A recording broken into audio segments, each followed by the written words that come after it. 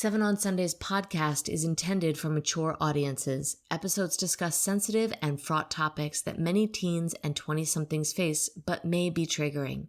The content may not be suitable for all audience members. Please take caution when listening. The majority, if not all, of young people will see sexual content, and 11% of those will see illegal sexual content. 7% of them will see that every single day, and very few of them will report it or tell an adult about it. The Internet Watch Foundation last year said that under 10s are being groomed like never before. So we've got content that they see really, really often and don't tell anyone about. And then we've got contact that's being made to children and teenagers.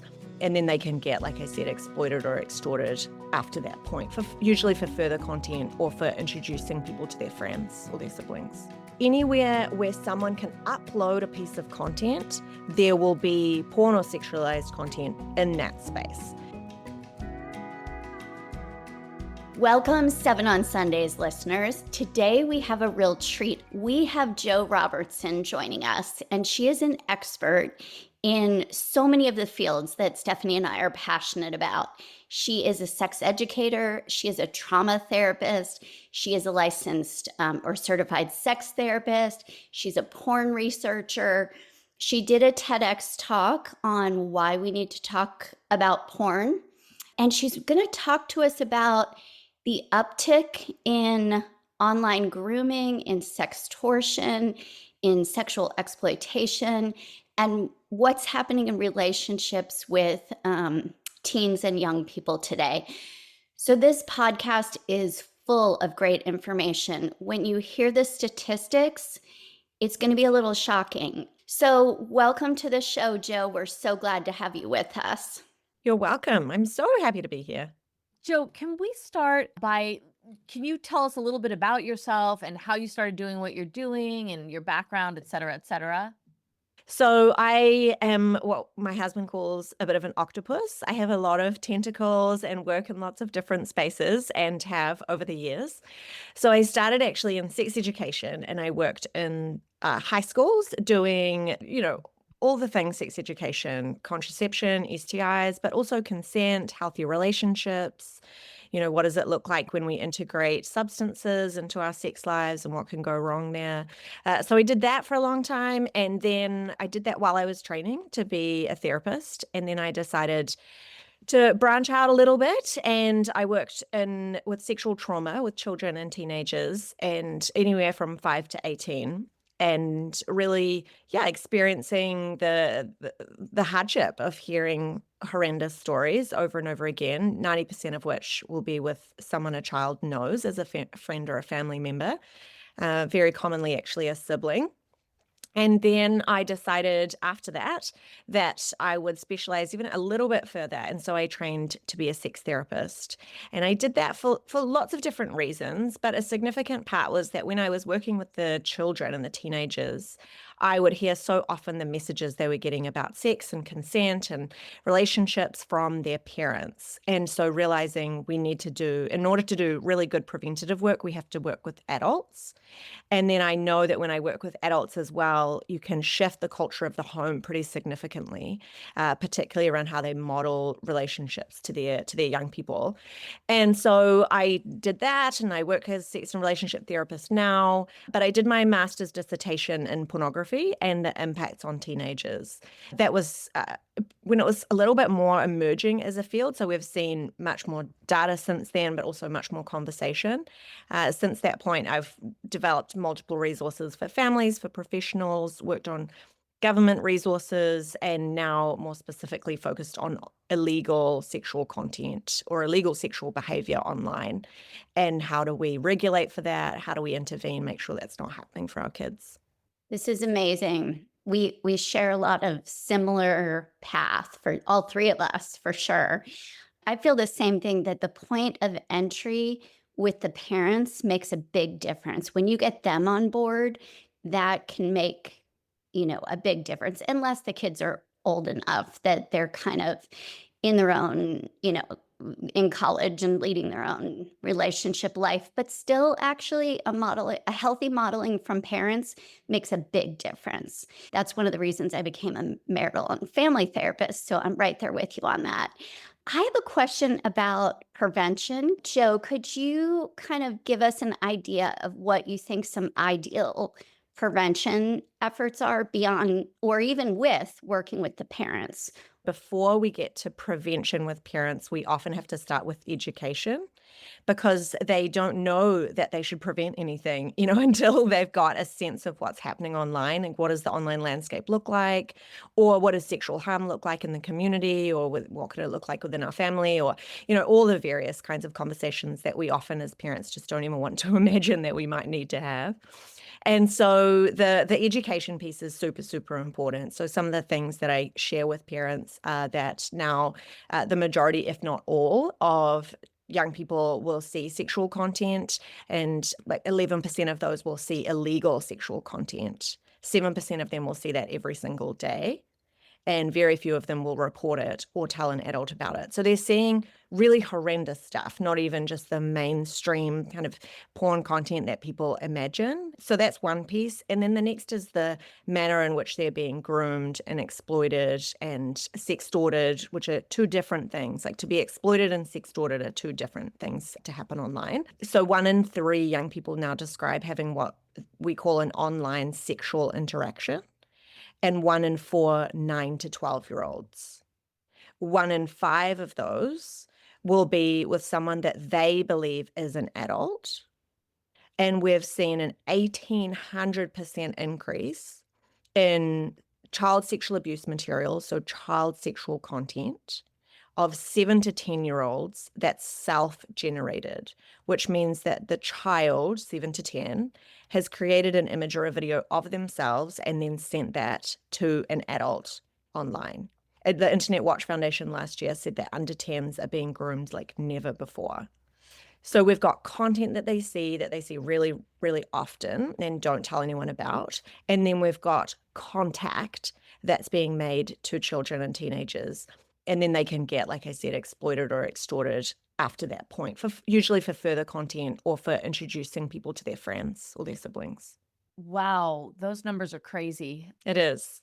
It's really scary. I think we'd have to have like a chart. In fact, I'm going to go down, I'm going to write a chart for anybody who's listening to this, just so you can see those numbers. Because I think hearing all of it, you're kind of like, whoa, wait, what? That's Yes. so much. But in that being said, that they're seeing that, and considering your background, one thing it makes me think is, do you see within that group, the peer group, do you see an uptick in sort of peer on peer sexual misconduct, I'm going to call it, rather than like sexual violence? Because maybe it's not, I don't know, in that demographic, they may not know that it's, something that is abusive, but they're reenacting what they're seeing. And then also for people who may not know, self-generated, how is that happening? How is a child making pornographic material of themselves? Good questions. So in regards to that first question around, are we seeing an increase in what could be child-on-child sexual assault, or what sometimes us in the profession call sexual initiation, because they're not intending to harm. And for most under 12, they're not intending to harm. And we've got what we call normal sexual play. I don't really love that phrase, but that's just what it's called. And that's when children, it's really, really normal for them to touch, to explore. And it's really normal for that to happen in adolescence, of course, as well. And that could be with opposite sex, same sex. They kind of go into this exploration phase. And that is what we call like kind of in the green light, which is just normal. It's expected behavior. Whether we feel comfortable with it or not is a different thing, but it's expected. And then we're seeing more in that orange light category, and then red. Red is where it's really harmful, but orange is where it's concerning. So when I was doing my trauma work with children and teenagers, most of the more harmful or concerning behaviors, we could pretty quickly identify that something was happening at home. And so we would think, okay, yeah, they're seeing something happen with adults, or something is happening to them. that's outside of that kind of normal sexual play stuff. But now we're more likely to see that as a result of content that they're seeing. So it's not an indicator of harm in the home. It's a more serious indicator of harm online. And we're seeing different types of behavior and what we call advanced sexual knowledge for age. So they know more than the normal kind of 9, 10, 11-year-old would 10 to 20 years ago. And they're trying things that a 9, 10, 11-year-old wouldn't try 10 to 20 years ago. So advanced sexual knowledge for age, more orange light concerning behaviors. Is that making sense? It makes sense. And it's also, I would think, concerning for therapists, because how do you, obviously, if something comes from something you're seeing, and children are, they learn by doing. So, they're trying out what they're seeing versus something being done to them, which is probably psychologically a lot more damaging. I mean, I think both things are psychologically harmful, but certainly if somebody is abusing you, that's got to be worse. And now maybe a little harder to figure out. Yes. And throwing another layer on top of that, we've got 60% of online content is ancestral or family themed. So you're potentially seeing online on a mainstream site, you're seeing family having sex, not necessarily authentic, but that's the way that it's, described, or that's how it's promoted. And then maybe you're being harmed in the home. But what are you going to feel if the female you see on the screen responds with pleasure to the family member who's doing sexual things to her? What are you going to feel about the abuse that you're experiencing? You're probably going to minimize it. Oh, it's not really a big deal. Oh, this happens. Oh, maybe I'm supposed to enjoy this. Maybe this is okay. Maybe I'm, if I complain about it, I'm really making a big deal of something that happens to lots of people. So the victim shaming and blaming is pretty significant as a result. I'm noticing that there's crossover, that the abusers or offenders are using online materials. So it's both and. They're getting abused, they're seeing things. And so, yes, it's layered upon layered. But I also think that the trauma, in my experience, is so similar, whether they've just seen things that are very traumatizing young or they've experienced abuse. Some of the similar kind of flashback and PTSD type symptomology is there for both. Yes, Parents don't know that for sure. Yeah, and I think that's really misunderstood in the adult community, and particularly amongst regulators. They don't necessarily understand that the trauma would be the same. Here a politician recently said, we were talking about deep fakes. So that's where AI has been used to change an image of someone into a sexual image, into a pornographic image, or created child sexual abuse material based on a normal image of a child. So we were talking about deep fakes, and this politician said to us, oh, one day deep fakes will just be really normal, and we'll all just kind of, accept that that's part of what people do. And I thought, oh, you really don't understand, one, the trauma here, but also two, the gendered nature of this harm, in that 90% of deep fakes are made of women. And so he really is afforded a luxury, a privilege there of knowing he's less likely to be harmed.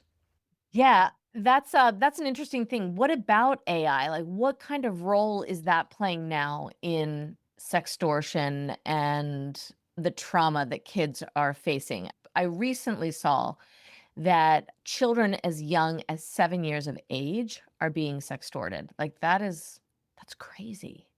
What do you see? Like, Yeah. one, what is the trauma, and what role does AI play? But also, what is the age? Like, who is the typical demographic for people who are predators online for this sort of sextortion? Well, it's more likely to happen to teenagers than it is to younger children. So a piece of research recently came out, and I like to use research in the last 5 years because then we're staying more up to date with the technology. But that said that 1 in 10 teenagers, adolescents, so that'll be between your 13 and 18, 1 in 10 adolescents experience some kind of extortion online. And so it's more likely to happen with that age group. And interestingly, in regard to sextortion, so talking about demographics, as opposed to grooming and exploitation, it's more likely to happen to boys and to our rainbow youth, our LGBTQ young people. So girls are more commonly groomed and exploited, and boys are more commonly sextorted, which Is it helpful if I differentiate those two things for people? Yeah, I think you should. I think you should. So grooming and exploitation is not for financial purposes. It's for image purposes. So wanting to get more imagery or access to other children and young people. So they're being usually groomed into a relationship where they think that it's normal maybe to send images, and then potentially they're being threatened, but not necessarily. They could just be maintaining a grooming type relationship. Then we transition into the boys who are more likely to be sextorted, and that is the requests for money and being asked for more and more money and being threatened that they'll distribute an image to their social media following or to their family and friends, maybe to their school community or database, something like that. So they are different. One is about money, one is about content. I assume that I don't know if you know the reason behind why is it that boys are more sextorted than girls? Like, I wonder if it's just something in the nature of girls that we're more willing to go to parents. We have, I don't know, maybe just we're able to be more vulnerable in that way, like the way that we're, raised or enculturated. I think we don't really know. If I was to make a guess, it would be that what I see amongst young females is a greater desire for relationship, a wanting to be close, like what you've alluded to. So more likely to tell family, but then wanting to be close in relationship with people.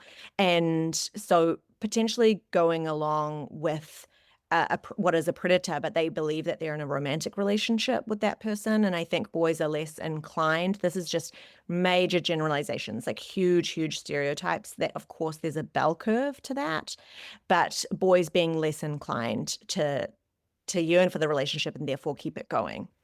Could it also be that if sextortion happens, and I don't know if this is true, but happens more regularly through gaming platforms, that boys are more apt to be on the gaming type platform in that way? So I'm wondering if that has an impact too, because girls might be a little bit not as into the same games for sure. But then also pedophiles that are interested in males are, I don't know if they're more potentially acting out in this way or not. Who knows right now? But if that's what's happening too, who knows? Yeah, and I think what we're highlighting just even in this small conversation is that there's a lot we don't know, and there's particularly a lot we don't know about predators. So I am such a strong advocate for how can we do more intervention with people who are in the early stages of predatory behavior? How can we access those people? Because that's sexual violence, sexual harm prevention is by working with the predators. So, for example, here where I live, if you searched for child pornography, like that term, for example, historically, up until the last couple of months, a banner would come up, like a like a digital memo kind of thing, and it would say, "This content that you're searching for is illegal. Please report it." And if you're searching for it, you're not going to report on yourself. And so they had a very small little fine line kind of print that said, if you want help, press here. But you had to click through then multiple websites to get that help. So we advocated for 2 years for that response to change into a more therapeutic response. So this content is illegal and can be harmful for you to see. Please seek help through this button. And it was much bigger font and it was much clearer. We are here not to judge, but to help. How has the response been to wherever they're clicking through to? Has it gone up since it's changed from the small font to the larger therapeutic? I don't know. That's so fresh. It's so new. Okay, And gotcha. so but I know that Stop It Now, which is an organization that I believe the origins are actually in Ireland, and then they're in the UK, and then now they're in Australia. They have had huge success. So they strongly recommend intervention. And they also do that through other platforms. So on blog pages, for example, where there's lots of sharing of content, Mhm. and they, as opposed to just Google searches or Bing searches, or using alternative search platforms. DuckDuckGo is an example of one because it doesn't kind of like regulate the content as much. And so doing intervention in more alternative spaces. Do you think that the sextortion, because I know your background from, and I highly recommend anybody listening to this, that they listen to your TEDx talk, which is how we first connected. But do you think that pornography, like the ubiquitous accessibility of sexually explicit content, has driven sextortion, extortion, all of these kind of things that we're seeing now? Absolutely. And actually, when they interview people who have harmed children and young people, they talk about the normalization of sexual violence being an impactful, part of their story. So they talk about the fact that they watch content right before contacting children. And I think, like, just in terms of interesting research, animated content is really, really problematic. And there's this quote that says, and hentai or animated content normalizes the sexualization and eroticization of children, because it's often they're in pigtails, they're in school uniforms, and it's usually a teacher, an adult who's with the child, because they can kind of push the boundaries with animated content. I want to throw on top of that children are actually incredibly likely to see that content. Like, my 7-year-old is more likely to see that than I am. That's the way that they seem to kind of push the content out, is to children. And then once you've got a consumer, you've got them for quite a long time. And of course, if a young person has consumed that content, let's say for 15 years, now that they're in their early 20s, that's going to really significantly impact their behavior and what we call their sexual script. So what they get aroused by, what they think is normal, what they might fantasize about doing. Some of the work that I've done as a sex therapist is working through people's fantasies, working through the content they saw, the shame that they feel about that, but then kind of shifting the norms of their sexual behavior. Just for anybody who's listening to this, parent or young person, I want to just take a second to explain a little bit about hentai in case they have not seen it. You and I had talked about this years ago when we first spoke. Both you and I have had to watch a lot of pornography to see the different genres, to see all of that. And if it may be hard for someone to understand, why is that arousing? But the fact of the matter is, the script, literally what they are saying, the sound, when something triggers something sexual in us, it's because of several things. It's not just because of what we see necessarily, our live person. It's also what we hear. It's our imagination playing into that, even though pornography does kill your imagination, but it is sort of playing into all of that. And when you hear those scripts, and when you hear the moans, and when you hear everything, it's triggering in you the idea of something sexual happening. And all you need in order to become aroused is that there is something sexually relevant, whether that is a young person in a cartoon. But even for me as an adult, it was arousing, which is so weird, because they're using sometimes it's two little children. And I'm like, this is really, and I have to say that it's arousing to me, because I want people to understand this is not something people choose. We don't have a choice about being aroused. We take in information from our environment or what we hear, and it arouses us whether we want to be aroused or not. It's irrelevant. So seeing this is very much like, it's not like you're watching a cartoon. It's like you're watching a cartoon. They may be cartoon characters, but what they're saying and what they're doing and the things that they're suggesting trigger things in your brain that are sexual, and that trigger a response in your body, a physiological response that comes from your brain, but it doesn't have anything to do with what you're interested in. So I think it's important that people understand that, because it seems weird. It's a cartoon. And I think also, Jo, correct me if I'm wrong, I also think the reason that young people are more likely to see that is because of the popularity of anime, which is the non-pornographic sibling to hentai. So it's almost like a suggestive thing. Like, oh, it doesn't seem like such a bad thing. This looks like the anime that I watch. But now all of a sudden there's an octopus with 8 tentacles, penetrating a child's body, Yeah. So it's very graphic.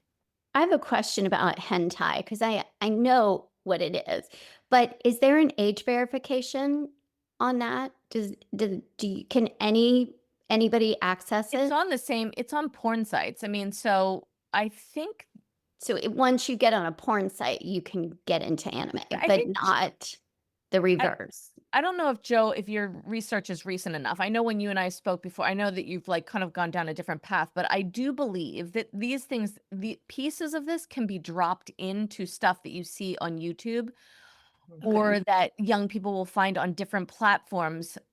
It even happens in gaming, like free games, when you have freemium games, like something that will be like Joe was indicating, it's incest. Like there are like games that like are kind of about taking girls' clothes off and doing things like that, and it's very sexually suggestive. So kids have access to those kind of cartoons, sexual things in many different ways. Yeah, so if you can, I tend to imagine the porn industry, or even wider the sex industry, as being like a loaf of bread. And then if you rip up that piece of bread and you get lots and lots of breadcrumbs, imagine it just thrown throughout the internet and no restriction to where those breadcrumbs fall. So like anywhere where someone can upload a piece of content, there will be porn or sexualized content in that space. So the comment section on YouTube, the YouTube video itself, the ad that comes up on a game, because just like Stephanie said, if you don't pay for it, you'll get ads. Or, just in the chat on a gaming platform. So anywhere where someone else can upload content or share it, you're probably destined to see either sexualized content or even, more kinds of objectionable content. You will not see it on a platform like Netflix because the public can't upload content onto there. So anywhere where the public can upload or share, distribute, sexual content will exist there. So no age verification, definitely not. There are more and more places that are introducing age verification or doing trials on, how they want to do that and what will work. And I think that's really fantastic. This is definitely the pathway we need to go down. It's completely shocking that it's 2025 and we don't age verify on, even like rape sites, which share videos of people genuinely being sexually assaulted and the video being shared online. So yeah, there needs to be intervention, but to date, everybody's either not wanted to know or thought it's just going to be too hard to do anything, which is not the case. Well, this actually reminds me of something that you said. I listened again to an interview that you did recently, and I thought it was fascinating. I would really like for you to tell our audience the same story about how you signed up for, I think, Snapchat as a 13-year-old girl and what happened. Yeah, so my colleague did this at the same time as me. So she signed on, her name's Holly Brooker. She signed on as a 14-year-old girl, and I signed on as a 13-year-old girl. And we just wanted to see what the process was going to be like. And the second thing it asked me to do, so within 3 minutes of being on the platform, that it knew my age, was it asked me to put my location on the public Snap map. So where anybody can see where my location is, it asked me just to share that on the platform. And what I found frustrating about this, apart from it being so unsafe, was that I am in conversations with Snap, with TikTok, with Meta, with Google, with Bing. I have meetings with them and we talk about the safety features and what they can do better, where some of the problems are. And in the meetings, they're very responsive. And we're really concerned about that. And Snap, for example, they talked about having law enforcement in their office so that they could be as helpful as possible. So this real earnestness, and then to only a few months later jump on the platform and see that it was asking for my location as a 13-year-old. It's very incongruent, isn't it? If not, it almost feels like a lie. It feels like the platform is saying, oh yeah, we're doing all this stuff, but then you turn up and actually they're not. Well, absolutely. I mean, first of all, that's scary for the kids who have someone stalker. I mean, we see an uptick in kids who think that they deserve to have a relationship with another, or just unhealthy, sort of unhinged behavior. So for that reason, it's really scary. And for adults who are like predators. But the other thing I think that's really interesting, my daughter just told me, she literally came over and she whispered to me, she said, Mom, did you hear? I can't remember if it's Bonnie Blue. I think it was Bonnie Blue. You know who Bonnie Blue is? She's an OnlyFans girl. Shaz, if you don't know, she had sex with, I think, 1,000 men in one night. And she brought in a girl from the, oh God, I'm going to get this wrong. It's from the something house. My kids will be like, Oh yeah, the Bop the House. Bob House. She brought in a Bop girl House. from the Bob House. Did you hear this latest scandal?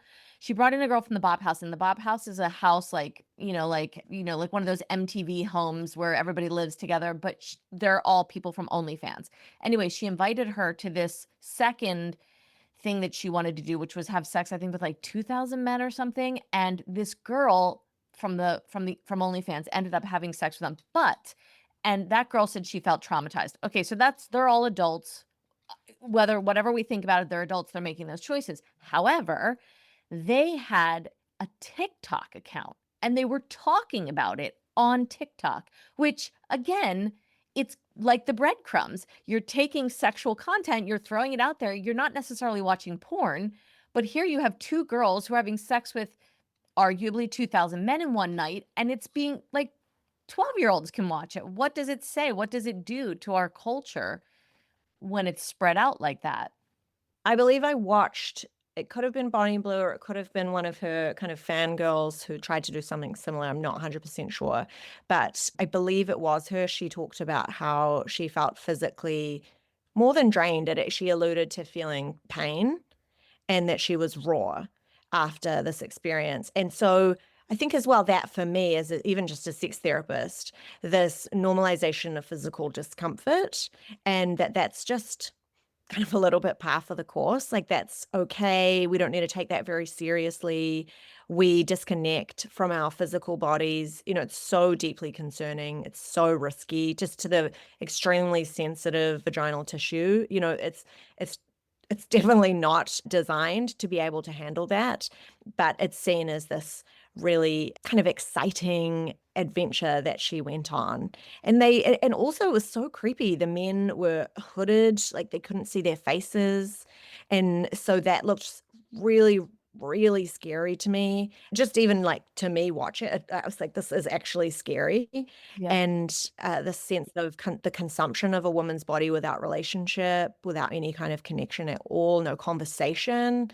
Yeah, there's layers of problems. Okay, so That we is so are scary. 3 adult women, right? And I just want to say this because Jo, you are a sex therapist, and I want to like call on that like hat. If you can put that on, like I think there is this idea in culture that like casual sex, especially when we see it so like commodified and so transactional and so just devoid of any connection to the person. It's just literally two bodies coming together performing a sexual act. I mean, so again, 3 adult women, I'm not even coming from a place of prudishness. I just feel like this cannot be. And exactly what you're saying, she was actually an Australian girl. She is one of like the proteges of Bonnie Blue. It wasn't Bonnie Blue, but I know because she still is having actual female, like they called it like female issues. I don't know what necessarily they are, but she is still in pain and suffering from whatever happened during that it was like, I think she had 600 men,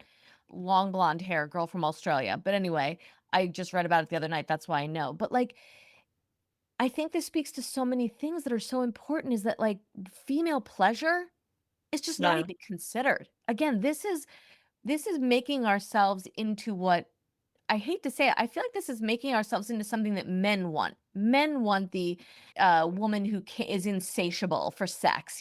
She wants all of this stuff, but like it's doing nothing for her. And I see this with college girls. I don't know what age demographic your clients are, but like girls who you say, well, how was that like one night stand? Well, it was good. He came or he had a good time. And there's no reference to self. No reference to self. And you wonder why?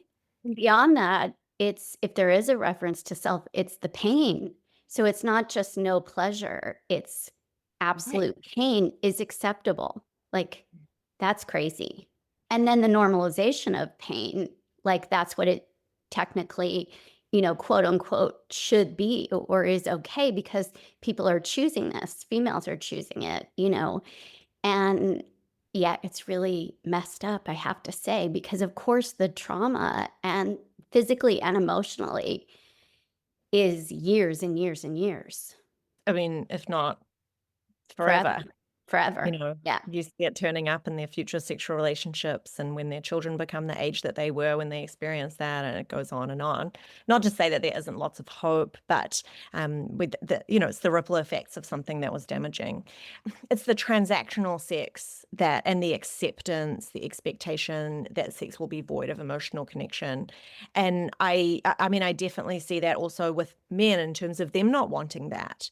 But the social pressure to have those kinds of relationships or encounters, that is what it means to be masculine, that's what they should do. And if they don't want to do that, something is wrong with them. Just really interestingly, though, I don't know who, the demographic of your listeners is as much, but Gen Z having the least amount of sex of any generation. So with declining rates. And that means their in-person encounters are much less than they were, and that consistently is going down. So two things I think are happening there. One is that we have increased sex education generally, not everywhere, but generally speaking, sex education. And when kids have sex education, they're more likely to delay. So that is an extremely effective intervention. But also we know that they're online. And with that comes opportunity cost. They're not meeting in person in the same way. They're also meeting some sexual desires online that they maybe historically would have met in person. I think there's been a real degradation of confidence and an increase in anxiety, fear of rejection, lack of interpersonal skills, which means that it's harder to initiate a conversation with someone. So much fear around being rejected and hard conversations. So there's multiple things happening. So we know that young people are having riskier sex than ever before. Less sex, but riskier sex, less likely to use contraception, less likely to use condoms, for example, than 20 years ago. So our demographic is a lot of college, high school, college, just out of college, young women and parents. We always encourage parents to listen because it gives them, most times we're not interviewing experts, we're interviewing young people with anonymous stories. So that it offers them a window into seeing kids of their children's age and what is really happening out there, from things like choking during sex, sexual strangulation, and all kinds of sexual behaviors that they're like, what? My kid would never. And it's so common that, like, we had a group of 16-year-olds and all of them were like, yes, I've been like, what 16-year-old ever experienced strangulation before from somebody who is supposedly someone they're interested in or kissing? I can't even imagine. Yeah. Like, my question is, as a sex therapist, what do you see? Because I think this is important for young people to keep this in mind. Transactional sex, and again, no judgment. I think people have always had one night stands, but I think that the game was different a little bit. It wasn't an expectation. There was some sort of like, I mean, maybe there wasn't, but of course, one night stands always happen. I just feel like now they happen so much more. There's so much more expected. And what is happening to people during one night stands is increasingly extreme. Yeah. You can have highly enjoyable, consensual, and I would say caring one night stands. The way that you go about a sexual encounter with someone totally transforms your experience of it. So I think of the C's, like communication. So the ability to speak to the other person about what you like, what you don't like, and or be able to stop whenever you want, be able to say when something is a bit sore, be able to maybe laugh when a weird sound happens. The ability to kind of be more comfortable in your communication with that person, care that that they have your best interests at heart, whether that's around safety or pleasure. So you don't have to be in a long-term relationship with someone to feel cared for. And then that's aftercare as well. Somebody saying, are you okay? Do you need anything? Do you want me to get you a glass of water? Like that's nice stuff there and really makes that person feel good. And then comfort. So it should actually be pleasurable, definitely not painful at any time. And then contraception and safety. So you shouldn't have anxiety or worry about what's going to happen as a result of this encounter. You should be able to feel secure in the strategies that you've got, either in the moment or afterwards, that you don't need to worry about your body. Those are so good. I love those. I have a question. Do you feel like children or teens or college kids are educated in that way on those 4 C's? No, I No. think that Yeah. they've probably had, maybe a little bit of consent, maybe, hopefully, which is you're able to say no and that you're able to stop at any time. And hopefully that when you consent, you're consenting to specific acts and not just the whole kind of gamut or feast that is sexual activity. And then they've probably got a little bit of contraception, STI, condom use, that kind of thing, but not the communication piece or the comfort. Definitely not. I'm so glad that you pointed that out. And I'm glad we're having this conversation because I think that if there's somebody young today, they're like, oh, one night stands have happened for forever. I do think there's an uptick in these 4 C's missing in what's happening today. I think it's more like transactional without the C's. And whereas I think before it maybe, I mean, of course, it's a broad spectrum of what happened before. I just think that pornography teaches that this is what is acceptable. You walk in a door, you grab a woman by the neck, you push her up against the wall, you rip off her clothes, you penetrate her, she moans, you come, and we're done. That is not what a one night stand. And I'm not advocating for one night stands. I'm saying I don't have judgment against it. I'm just saying there is a big difference between having a sexual experience with somebody that you are not in a relationship with, that is different from what is being taught and indoctrinated to an entire generation of young people. Yeah. There's, I don't know if you've watched it, Normal People, the show Normal People. Yeah. I just love the way that they demonstrate consent in the early stages of their relationship. It changes as they get closer. But another show, which is really new, is called Forever. And that's about 2 teenagers, so high school aged, and they are both in their first time sexual experiences. And they navigate consent, I think, really well, in that they talk ahead of time about what they want or don't want. Not super specifically, but at least they say, what are you okay with? Mhm. And he's not saying that in the moment, which I really like. One of the things I hope it highlights to people, though, is that he doesn't give her any sexual pleasure, and yet she still wants to continue to have sex with them. And I think that what the show does is highlight how that's not good. Like, it doesn't look appealing. And I wish that she didn't want to keep having sex with him. I wish that she says something, but it definitely doesn't look like good sex. And his friend actually says to him, this is how you have sex. You make sure she feels good and you make her come, and then you can finish. So I mean, I just like the some of the themes that come through, and I actually, on social media, I encouraged parents to watch it with their probably later teens, because that's probably when they feel more comfortable watching it, and being like 16, 17, that they sit there and watch it with them, and then they can start to talk about those things, because you don't see anything explicit, but it brings up really good conversations. That's really good. Sex education, I would say the same thing about, though you do see they always start sex education with, you've seen sex education, right? I've seen some of it, yeah, but I found the sex therapist piece really painful, and so then I disengaged. Well, what I like about it is they bring up a lot of things that happen, like slut shaming Yeah. and, all of that kind of stuff. They brought up something about it was gay sex, and it was like preparing for having anal intercourse required, doing, a douche. And the kid was like, oh my God, like he was asking someone how to do it. He's like, listen, if you can't have this conversation with your partner, then you shouldn't be doing this with them. And I love that piece of advice, which I think was so brilliant. Like, if you, to your point of your 4 C's, if you don't have communication, that is not someone that you should be having sex with, because the chances that things could go wrong are pretty high, Yeah. especially in early sexual experimentation. So if you aren't able to share any of that, or the awkwardness, or the, fear for mistakes, like probably not a good idea to have sex with that person. I love that there are some shows, because a lot of times we talk about the shows that are featuring things that are not okay.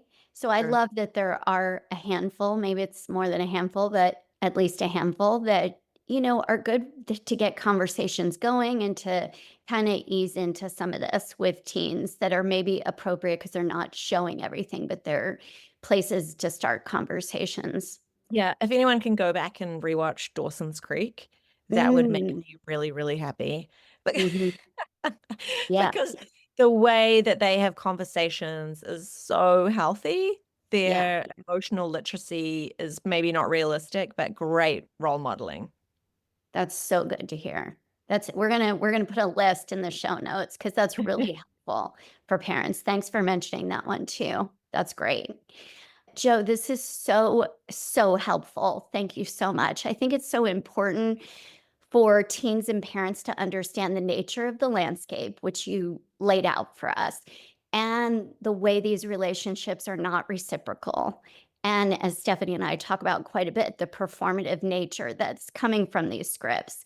So, this is so helpful. I think what would be amazing, Joe, is if we could do a follow up podcast on the grooming and sextortion stuff, because I know that's an area of your expertise.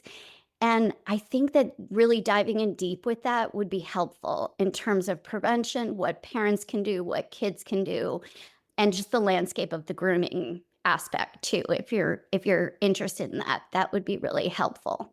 That would be great. I would love to do that. Yay. Thank you so much. That's awesome. So stay tuned for more from Jo. And Jo, in the meanwhile, thank you so much for all of your insight. I love hearing from the sex therapist point of view what you've seen. So that's really, I think, really helpful to a lot of young people. So happy to be here. I love these conversations. All right. And one Awesome. quick last question. Are teens seeking out your sex therapy? And by teens, I mean like college age. Are they finding you and wanting help? Yeah, I find that I do some one-offs where they want to know if something that's happened to them or something that's happening in their relationship is normal, Okay. like quote unquote normal. So they're trying to figure out if they should break up with that person or not. But they Okay. don't know who to talk to about that. So they tend to be one-offs where I unpack, like, did you want that? Did you not want that? What Got it. what of the 4Cs were present, etc. So obviously, that means what they're asking you about are all of a sexual nature, of things that are happening in a relationship that feel. And is it more females that are seeking that information?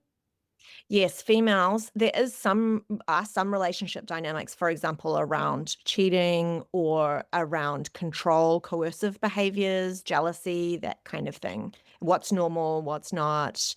He wants to look in my phone all the time. What should I like?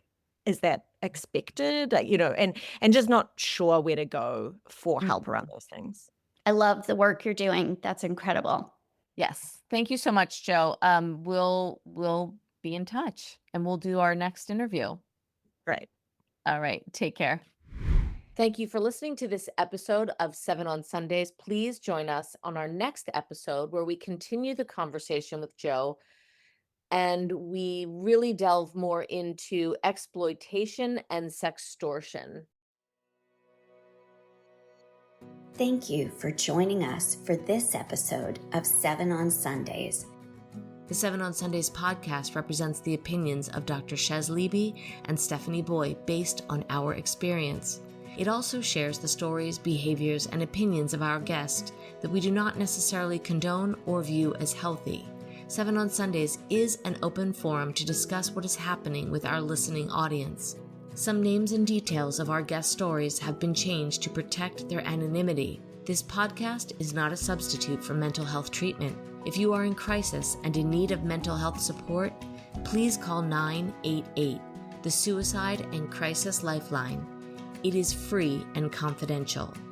Join the conversation and connect with us through our website, 7onsundays.com. That's the number 7, 7onsundays.com. We encourage everyone to do their own research. Thank you and be well.